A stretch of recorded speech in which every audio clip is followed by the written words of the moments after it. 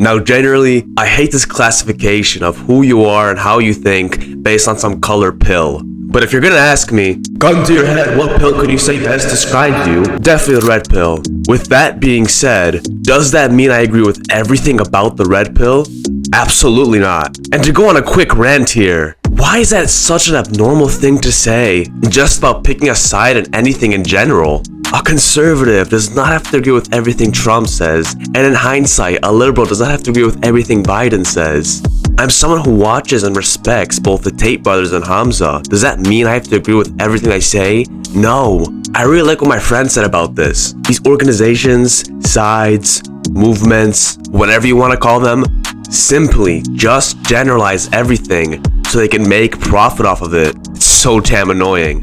Anyway, to get to the real topic, red pillars on marriage. Now, red pillars follow this very similar consensus of marriage and say that you should avoid it at all costs or else it'll ruin your whole life.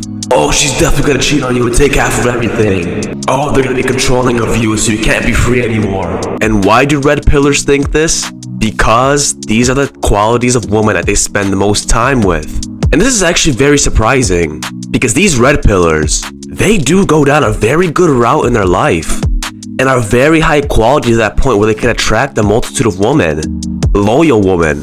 Yet, they spend their time clubbing in Miami, places like Ibiza, and this is what their perceptions of what women are like are coming from. Yeah, if you're going to be around women who are clubbing and hoeing around, those would not be the types to marry because they are low quality, at least personality-wise. But it doesn't take much of a large brain to realize that not all girls are like this and are just always clubbing and hoeing around, does it? You have the ones in the libraries, the cafes, so on and so forth.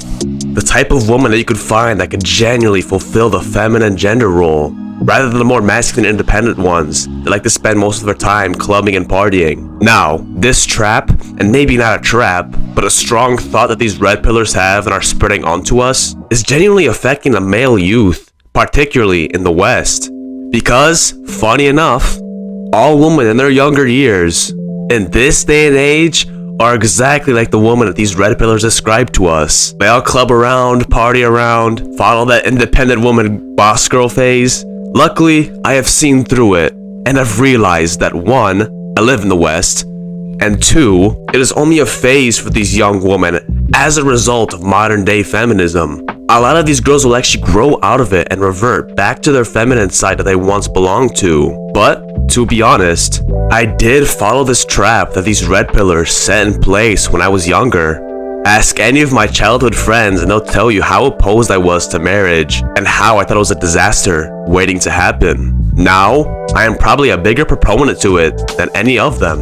And this came with the realization that I want you to make as well, and that following this path of just getting with any woman and avoiding marriage makes your life fairly purposeless. Ever since the dawn of time, it was a completely normal thing to get married and to do everything for your family, or in the caveman times, at least making a commitment to women and kids. But it wasn't until these last 10 years or so that this narrative completely switched. Now, suddenly, everybody's against marriage, even high-quality men. And ever since this silent revolution of anti-marriage, our society has never been as purposeless ever since. I mean, people's purposes now is to just sleep around with enough women, as well as having everything for their vapes ready for the week.